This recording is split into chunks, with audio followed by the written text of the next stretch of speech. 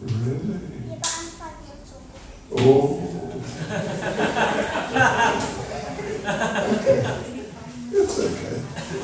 Don't stress about it. So, devotees, yes, we are going to do our Japa workshop, or actually we call it, this is a seminar I've done before. I just did it actually in South Africa about, I don't know, a couple of months ago, something along those lines. We call it the gift of the holy name. And it's a 2-day seminar, so we'll start today and we will continue tomorrow also. Right. So first of all, some prayers. Nama Om Vishnu Padaya Krishna Prestaya Bhutadene Srimati Bhakti Vedanta Swaminiti Namane Namaste Saraswati Deve Gauravani Prachayane Nirvishesha Shunyavadi Paschacharveshatane Sri Krishna Chaitanya Prabhu Nityananda Sri Advaita Gadadha Shivas Adi Gaura Bhakta Vrinda Hare Krishna, Krishna Krishna, Hare Hare, Hare Rama, Rama, Hare Hare. Lanchka Patrubhyascha, Kripa Sindhubhya Evacha, Patitanam Pavanebhyo Vaishnavebhyo Namo Namaha. We offer our respects to all the devotees. So anyway, thank you all for coming. How many rounds have you chanted today? 6. You've done how many now? 8? I'm chanting my name. Oh really? He's done 8 already. So right, just by way of introduction first. Oh gosh. Oh. Evil. Thank you. Too much. So yes, like I said, there's going to be a particular focus on some, well, you could say techniques or certain practices, definitely certain practices, things we can utilize practically in our lives in Krishna consciousness and in our lives in mantra meditation. But first of all, just by way of introduction, the first point we're going to look at is about the quality of our meditation or the quality of our chanting. As I think we all know, this meditation traditionally, even though of course there's an idea in the Western world, because meditation is known in the Western world and people have been practicing to some different degrees for some years. Oh yes, sorry. Everyone's got some paper and a pen. Right. Anyone hasn't got paper? Anyone have pens? No. We've got pens. Okay, good. Because this is not an entertainment program we're doing. This is an educational program that we're doing. And like I said, with some ideas of how we can actually, in practical ways, improve our meditation, our chanting. So, but the first thing is, in terms of quality, of course quantity is also a consideration, but quality is, no less important or more important even, that we really chant nicely and attentively and a reason for that, or the main reason really, is that this meditation that we do in Krishna consciousness involves particularly chanting the names or different names of the Supreme Lord.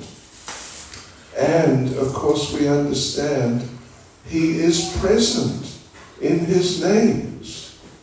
In other words, when we're meditating, when we're chanting, it's not just that we're repeating certain sounds which, may be of some value or benefit in terms of meditation, but it means we're actually associating with God. We're associating with the Supreme Lord. And I think we all know when you invite someone to your house, you have to give them attention and look after them, and you can't just have them come in, say hello, and then sit them down and then just go and do something else. That will not be very nice, to be negligent of a guest. So it's very important to be attentive to our chanting, because the Lord is there. As much as He is in deity forms, picture forms, but He's present in the forms of His different names. So if we're trying to chant His names, which are Him, but actually our minds are off elsewhere, thinking about this and that, and what I did today, what I'm going to do tomorrow, or whatever it may be, our minds are just elsewhere, then we are being negligent in a personal way, just ignoring our guest who we have invited, you could say. You could say we have invited him by calling out his name or names. And then he comes, yes, here I am. And then you just ignore him. That's not good. So, first thing really is attentiveness. It's extremely important. So, yeah, and another thing, one thing is sort of just being negligent and ignoring, but another thing is if someone comes to visit you and you forget their name, like, say, for example, Vamsivat Prabhu comes, as he has done, and we forget his name, and we think, what's his name? And then we say, Vrindavan Das is here, which is a good name also. It's a nice name, but it's not his name. And if you start addressing people by names which are not their names, yes, dear, see you later, Padre Malenge, be good. Yeah, it's another type of negligence, or, what would you say? It's kind of offensiveness, actually. You could say, but certainly it's a type of negligence to forget people's names. So, right, or mispronounce their names. How would you feel if someone did that with you? Did someone do that with you? Well, yes. Your mum. She did. With you. Her daughter. With someone. She couldn't pronounce Jagannath. Anyway, life, sometimes you make mistakes. But it's not good. So the first point we're going to focus on is the quality of our chanting, particularly in the form of attentiveness. And even I say, sometimes it's a bit of a, you could say it's like a bit of a joke, but it's also not a joke. I say that it can be said that there are 3 rules when you're chanting. 3 rules in chanting. First rule is, be attentive. You know what the second rule is? Yeah. What is it? You must be attentive. You're right. You've heard this before. The second rule is to be attentive. It's the same as the first rule. And then there's a third rule. And the third rule is that whatever it takes, do it. But be attentive somehow or other. Yes. So all the rules are the same.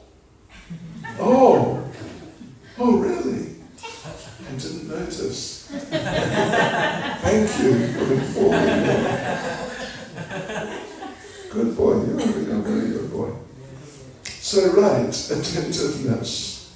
And in that regard, we have just very short little recording of Prabhupada on a morning walk. I mean, it's not more than 1 minute, I think it's less. But anyway, it's Prabhupada he's responding to a devotee who asks him, like, what to do with the mind. My mind goes here and there when I'm trying to chant. So anyway, let us try and see if this is going to play properly. It's very difficult to control my mind when I chant. It's very difficult to control my mind when I chant. One does. What is the controlling of mind? You have to chant and hear, that's all. You have to chant with your tongue and the sound you hear, that's what is the question of mind. That was short, wasn't it? Did you get that? What's the question of mind? He said, I can't control my mind. Oh, yes. Did he? Yeah. Is that what he said? Okay. Right. Yes, so he's basically saying, you could say, what to do with my mind? Yeah, when I'm trying to chant, what to do with the mind? And Prabhupada said, what is the question of mind? You just chant and you hear. And that's it. And there's no real question of doing something with the mind. You just chant and hear the chanting. In other words, you've got to be really attentive. And along with being attentive, although it's kind of dependent on one's being attentive, there's also a question of mood. A question of mood, yeah. So we are just going to play another recording of Prabhupada in which he's talking, again it's very brief, I mean it's a little longer, it's maybe 1.5 minutes or something. Prabhupada's talking about mood in general in Krishna consciousness, and of course it applies to when we're chanting. So let's go. Krishna, that time Mother Mom, you are talking like Sanatana Goswami. Mother Mom, Sanatana Goswami at that time had no temple. He was hanging his diti on the tree. So Madan Man was talking, he thinks, Sanatana, you are bringing all these dry chapatis and it is stale and you don't give me little salt. How can I eat?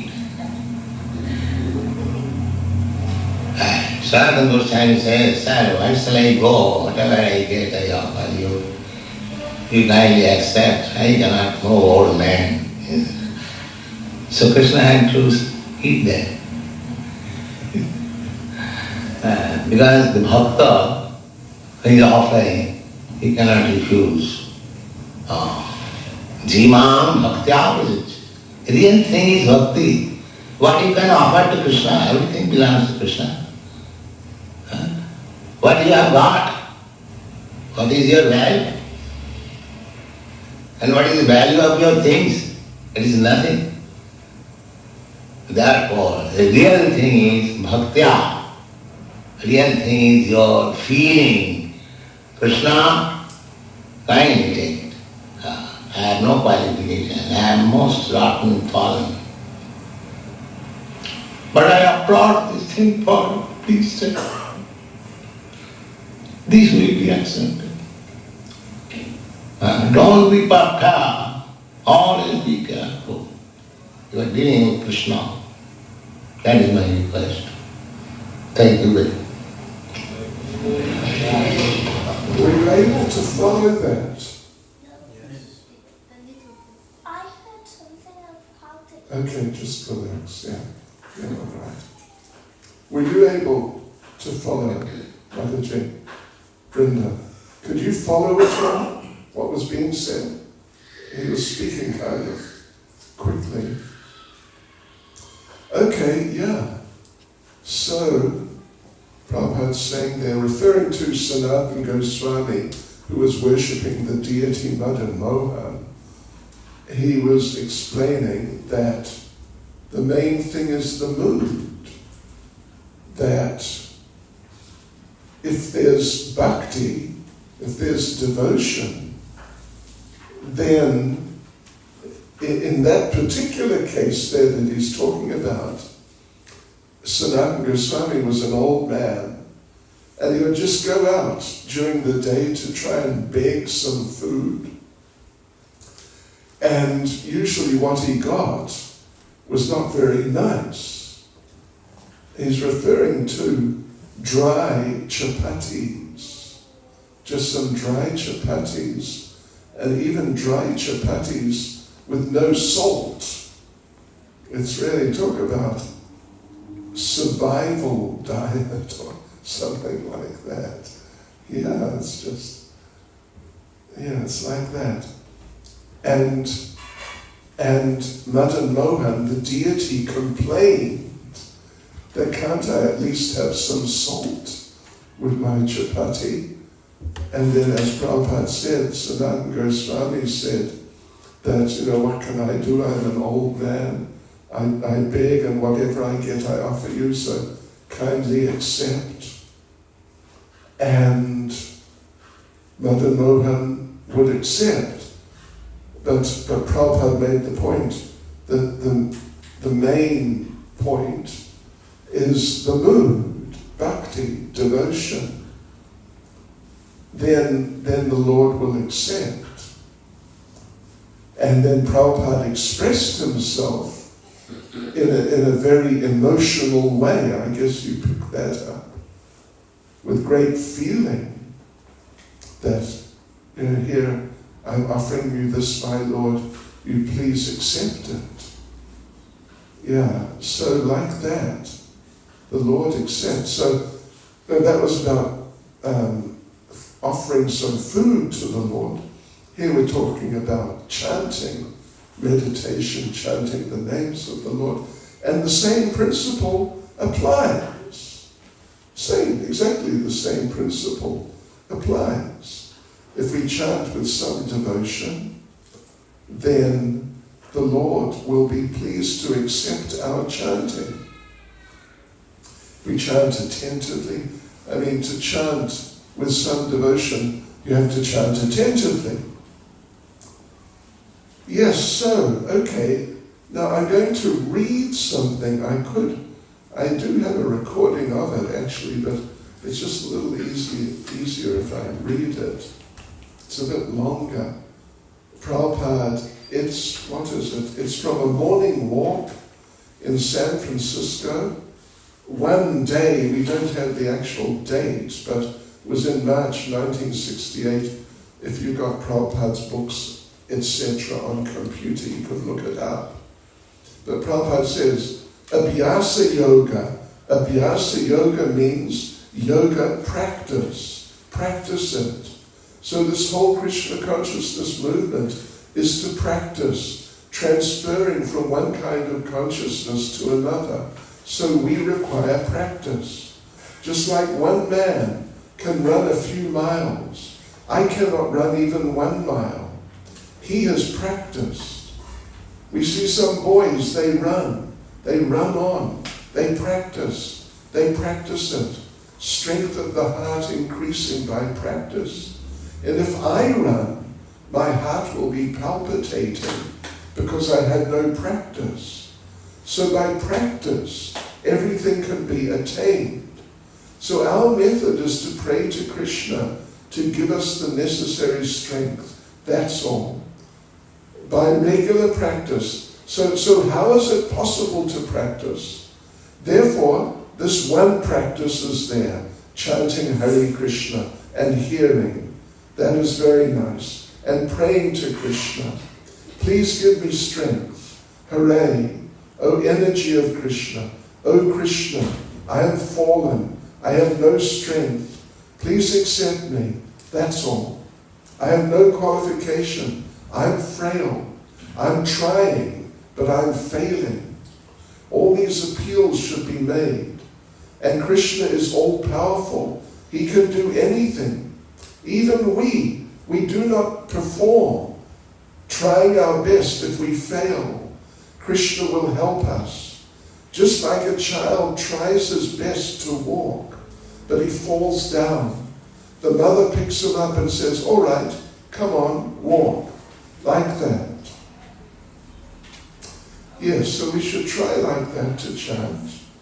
And here's another little excerpt from Prabhupada from a class of his on Srimad Bhagavatam, 6th canto, chapter 2, verses 9 and 10.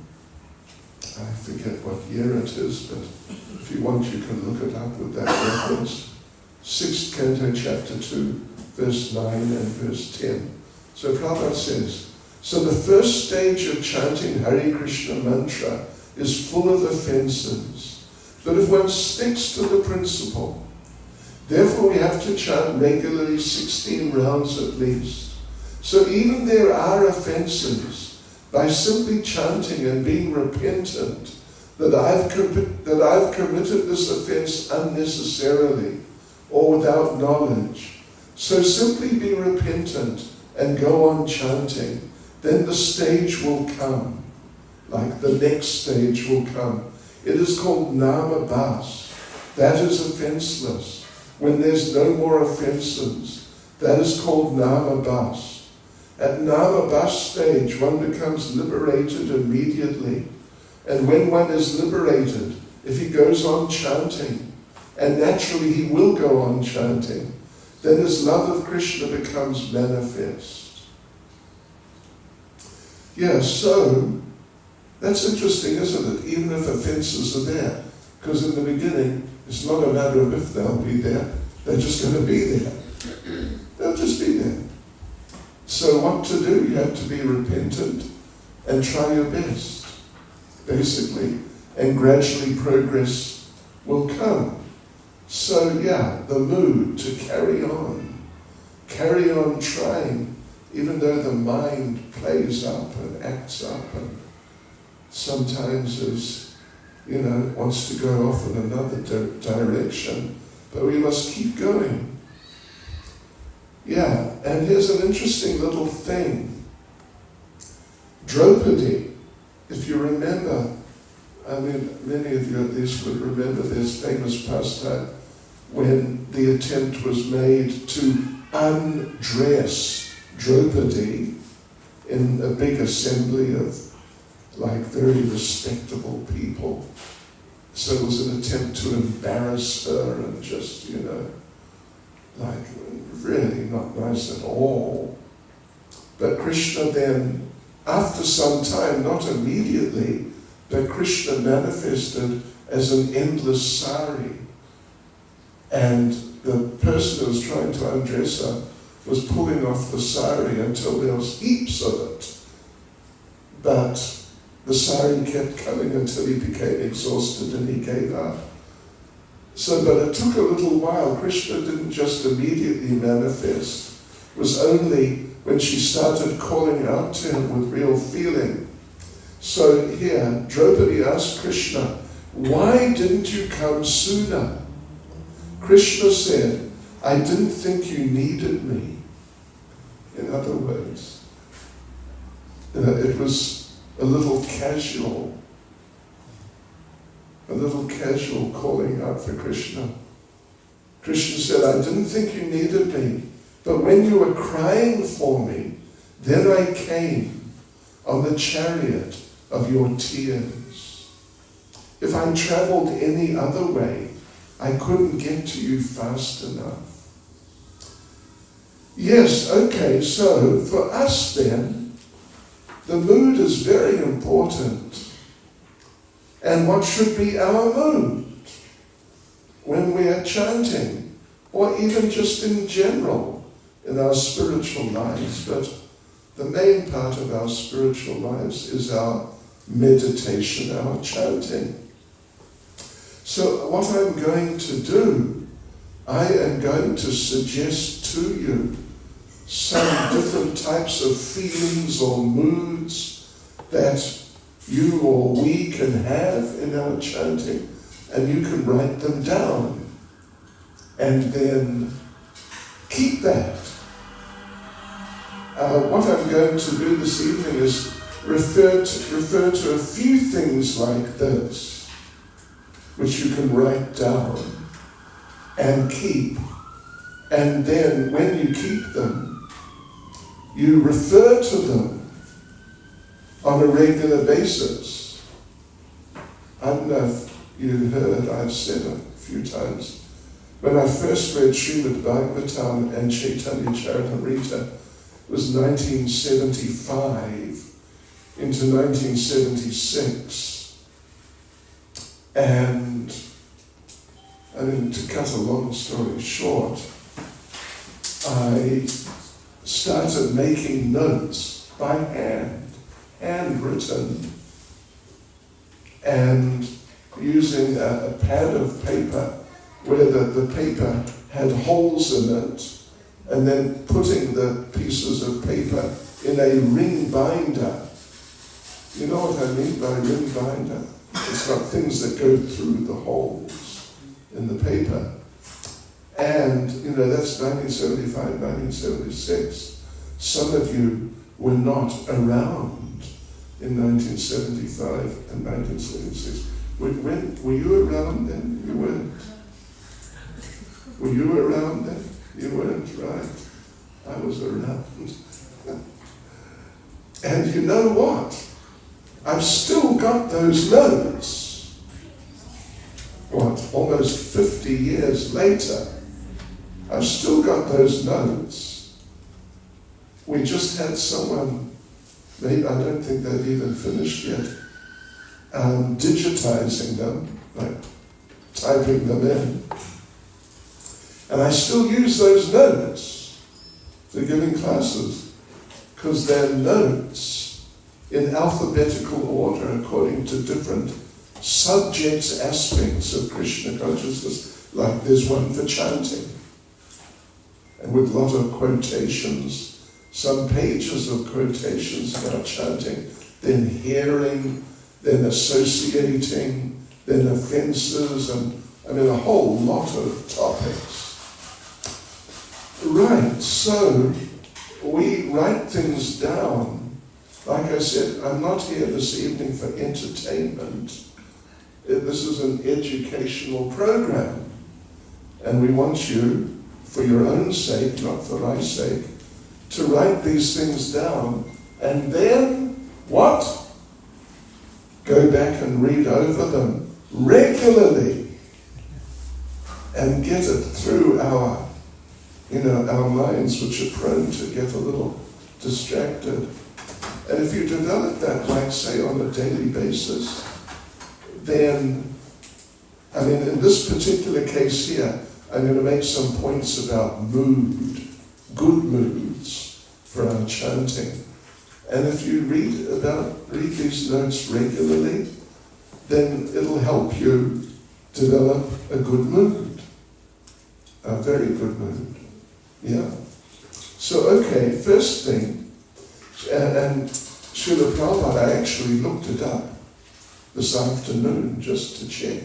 So many, like hundreds of times, Srila Prabhupada made the point that when we chant, we should chant like a child crying out for the mother. And I think we've all heard children crying out for their mothers. You're going to be hearing it quite soon, aren't you? Yes. But we've all heard it. I remember one time, I don't know, 10 years ago, one devotee was driving me in a small car, and the baby, he put the baby, this little baby, in the back seat in one of these little child carrying things that you put on the seat in a car. So the child's right there, just a meter away or maybe less, and the father's there and I'm there. But the child started crying, and I mean crying. Wow, that child just went practically berserk, crying. It was amazing. And the father had to stop the car, take the child out of the little child seat from the back, put the child on his lap, and drive like that. Yeah. So that sort of mood, child crying out for the mother. Basically what the child is saying is, you've got to help me now. And I mean now. And I don't mean in 5 minutes. I mean now. And if you don't help me now, I am probably going to die. Yeah. So help me now. Got it? Yes, got it. So that sort of mood is very a good mood for chanting in. We might think that I'm suggesting to just artificially talk ourselves into, sort of hype ourselves to become emotional. Oh, I need Krishna. When actually I may not really feel that I need Krishna so much. Not that much. But the fact is that we do need Krishna. Our situation is desperate. It is extremely desperate. We're lost in this material world. And who knows what is going to happen in 5 minutes. I mean, particularly here, with the riots. You never know. They may start thinking this is a mosque and suddenly attack us. And I'm not joking, actually. They've already started. Huh? They've attacked a few Hindu temples, and they've already started. It started. This temple. Not this temple. A There's temple. A temple in London. They've attacked. Oh, in London. Yeah, so all the temples are on alert now. Ooh. Because we are, And I hear they have stopped. What did they stop? The trains, was it, or the buses? Yes, trains and buses. Trains and buses from here, or just all over? In the north, going in and out of Hartlepool and places like I see. Okay. Yes, so who knows what's going to happen? And we might think, yes, everything's cool. I'm fine. No problem. And it may even be like that more or less right now. But you never know what's going to happen. So yeah, if we really understand clearly what is our situation, then we'll have a mood like that. Because we'll see, as an objective reality, that actually my situation is desperate, disguised as being okay. But if you just dig in a little deeper, then you see, wow, it's really not good at all. So that's one thing. So we should pray to Krishna then. Please help me to understand what is my situation more clearly than I understand, because we all have sort of causeless optimism, you could say. It's not a bad term, actually. Causeless optimism about life in the material world. Yeah. And Prabhupada did say that an intelligent person will be somewhat pessimistic about life in the material world. So, okay, that's one thing. We should chant like a child, crying out for the mother. A child obviously feels in danger, and we should pray to the Lord, help me to understand that I am actually in danger. And I need to take it all much more seriously than I may do just thinking I can just sort of cruise along in life. So here's another one. We should be aware, we should think. I mean, part of our mood should be, I am unqualified spiritually. No, all of us have our backgrounds.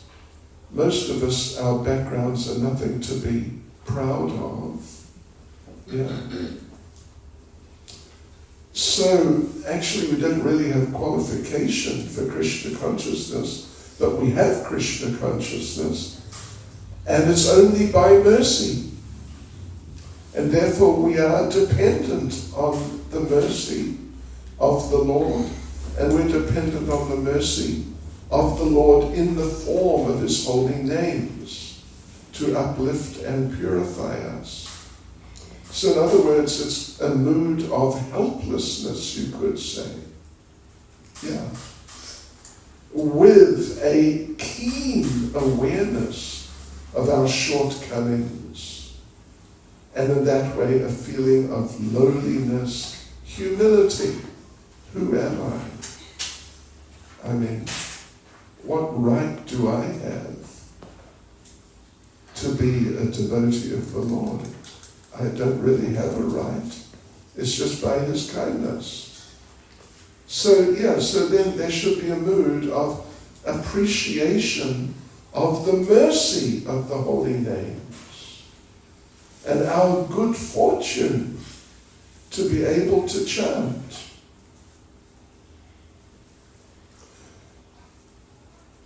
Yeah, note these things down. We should have a cognizance and awareness that Krishna is present in His names, and therefore appreciate that while we're chanting.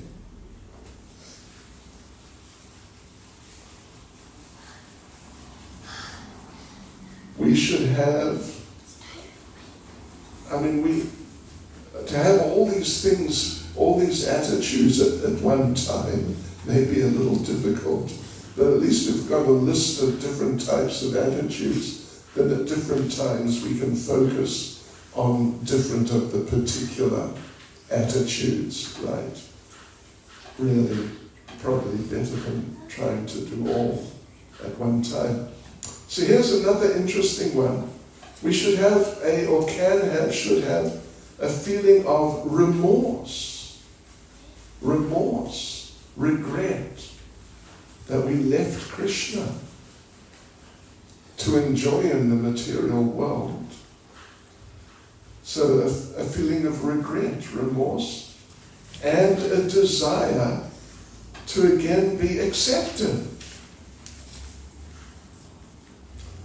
We can also, as a pretty good idea, have a feeling of remorse for, in the past, since we've been practicing, we did not chant properly quite often. Yeah, we committed offenses while chanting, so we should have some remorse for that. And we should have a desire or even a prayer to be connected, to give our hearts to Krishna. Yeah. And a desire to be more useful in the service of the Lord. A desire even to be empowered in the service of the Lord. A desire to have a taste or a greater taste for the holy names.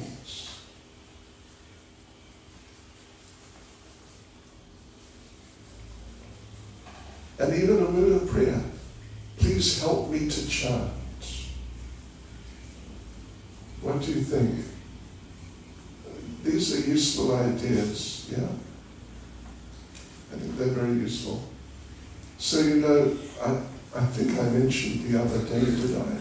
Anyway, I'm sure I've mentioned before, that people who have done research, because, doing seminars on just anything and everything is a big business.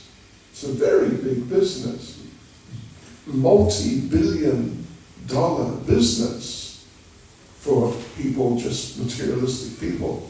And therefore they've done research into how to do these things, what to do, what not to do, and how people, the audience what they should do to really benefit. And you may remember I said that they say that if you just sit and listen, and you don't write anything down, you just sit and listen, then you may possibly, you may not also, but you may retain up to 7%, they say. But if you take notes, if you really take notes and get into it, then you may retain up to 50%. And if you make notes and you go over the notes regularly, then you can retain up to, it's about like 93% or something, 95%. Practically everything actually. And I used to be a journalist when I was young. I was a reporter. There were no computers, there were no cell phones. Can you believe it? There was life before cell phones. So I had to learn shorthand. Yeah, for interviewing people. Shorthand. Well, it's interesting, shorthand. And I was up to, I forget, 50 words a minute. Means you can pretty much keep up with people as long as they don't speak too fast.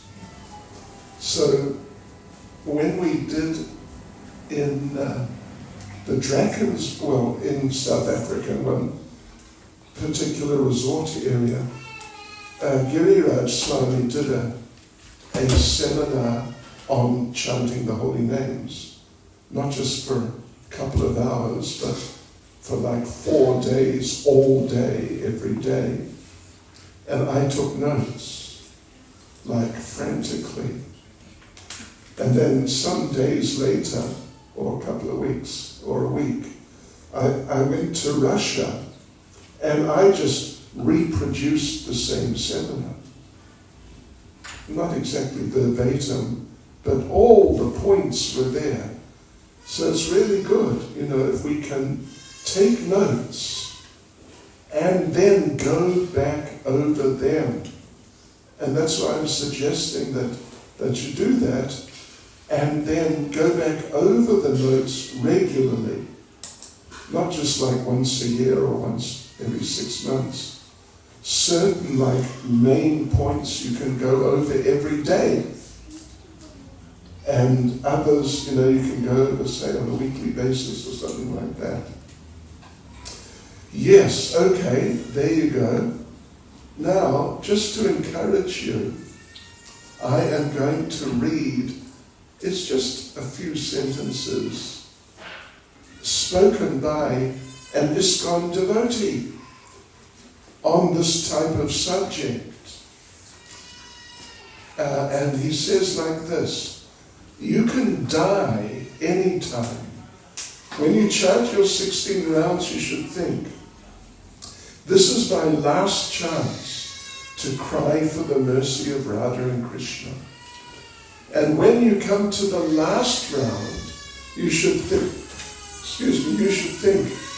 this is my very, look, they're doing a demonstration. Not quite the right time, but at least they're doing it. Thank you, children, you can stop now. It's okay. That's good. So, all right. So you can die any time. When you chant your 16 rounds, you should think, this is my last chance to cry for the mercy of Radha and Krishna. And when you come to the last round, you should think, this is my very last chance to try to please Radha and Krishna.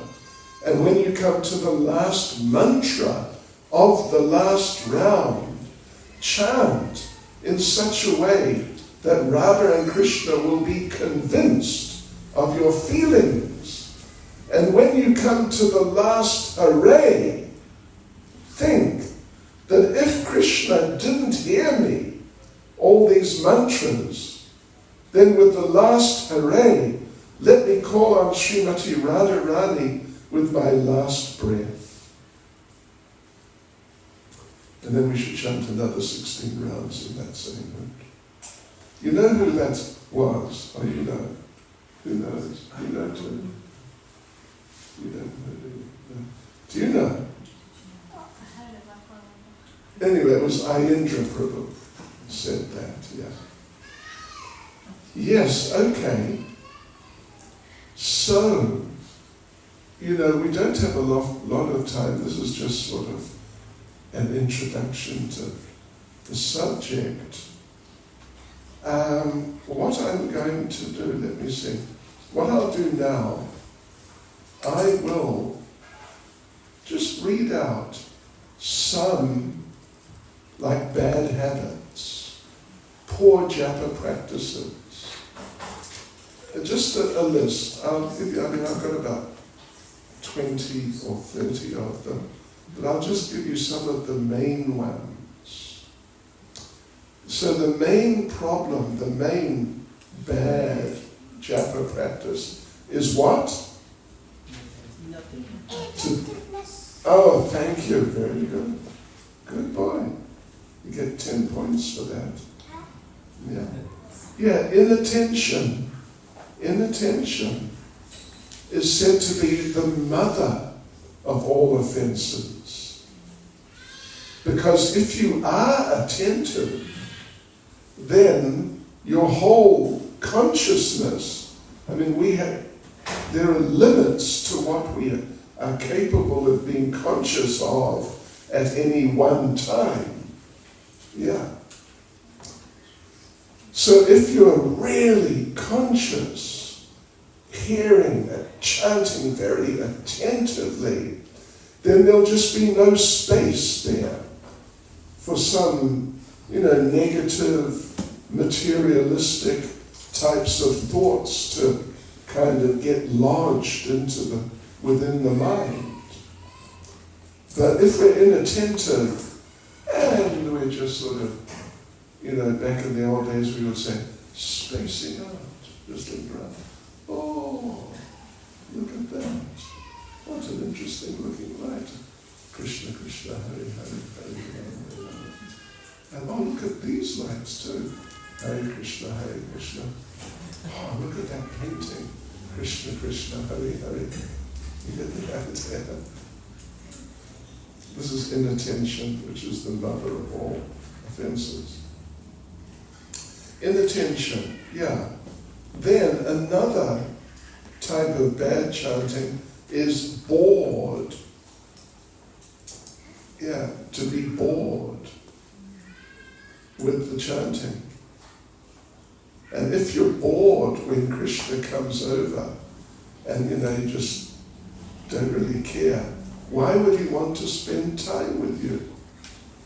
Ignore a guest and the guest will leave. they say, there's a type of saying in not exactly Vedic etiquette, but kind of Indian etiquette, that when a guest comes, the first day, you look after them like a king or a queen. Second day, you look after them. But third day, you just treat them like some old uncle. And undesirable, just ignore him. And then he'll go away. Yeah. Then he'll go away. So another type of bad consciousness, we call it boys. Okay, got to write things down. Playing the numbers game. Okay, how many rounds have I done? Oh my Lord, look at this. Anyway, actually I've done 16, but you might say, oh no, look. It's 7:15. I've still got 8 rounds to go. Oh no. This is the numbers game. Yeah. You're not really concerned about the relationship with Krishna in the form of his names. You're just concerned about, what you want to do, other things you've got on your mind that you want to do. Then, another thing is being distracted by things around you. Being sort of just check. I was demonstrating actually just a minute ago. We call it, what do we call it? What do we call it? Spacing out? Yeah, spacing out, because radar japa. Radar japa means you chant Hare Krishna, Krishna Krishna, Hare Hare. And you're looking around, Hare Rama, Hare Hare. What's this? Hare Krishna, Hare Krishna. This is radar japa.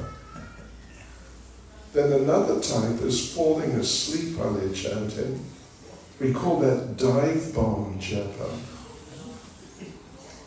Then there's another type of japa we call jibba japa.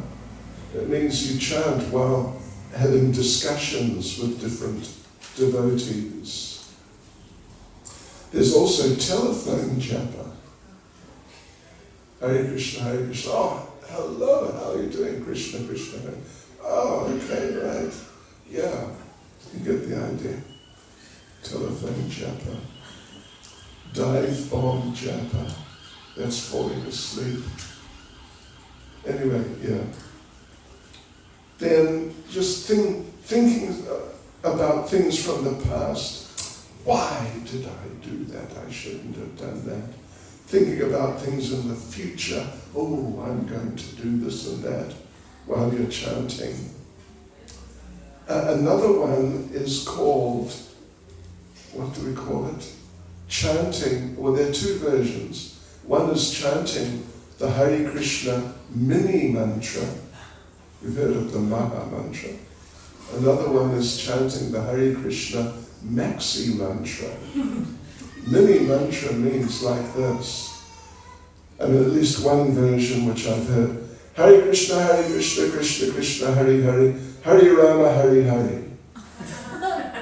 That's mini mantra. Did you get it? It's a version. There are other versions. Maxi mantra goes like this. At least one version. Hare Krishna, Krishna Krishna, Krishna Krishna, Hare Hare, Hare Hare, Hare Hare, Hare Hare Rama, Hare Rama. Yeah. That's maxi mantra. Right. Slurring the mantra. Anyway, these are different types. There are others of poor japa practices. Now, what I want to do now, it's really nice, actually. It's really nice. It's just a little exercise It's called the holy name or names is or are my ... Fill in the blank. And here's an example. The holy name is my best friend who will never let me down, will never desert me. The holy name, well, you can write all of these down, and then what I'll do, I'll give you a few minutes, I think, to let you think, maybe if you can come up with some others. The holy name is my best friend. Holy name is my companion. Or the holy names are my companion. They go with me wherever I go, as long as you chant all the time wherever you go. Then you can say, the holy name is my companion.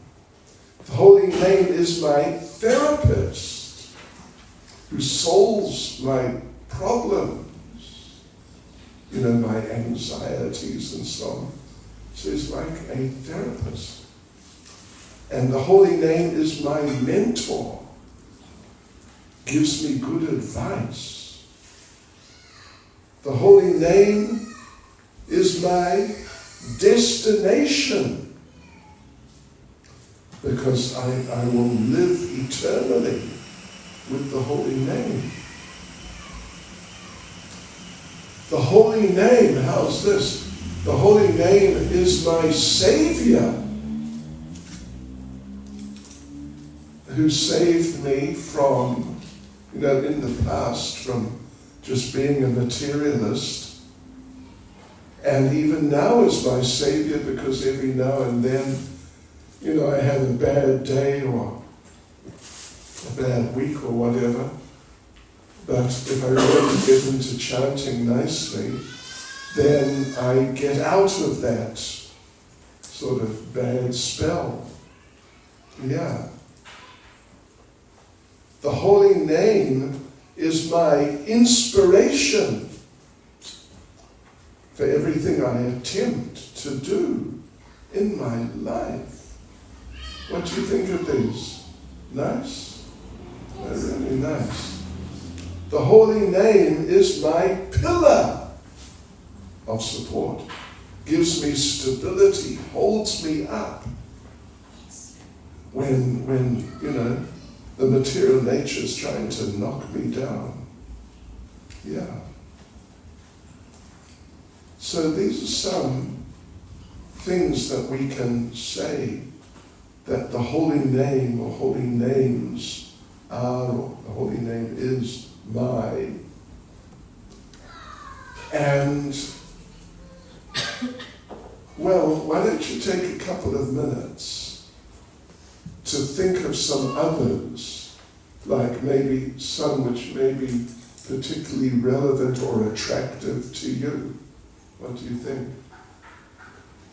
Go for it. Write down a couple. Right, yes. If you can, think about it. The holy names are my ...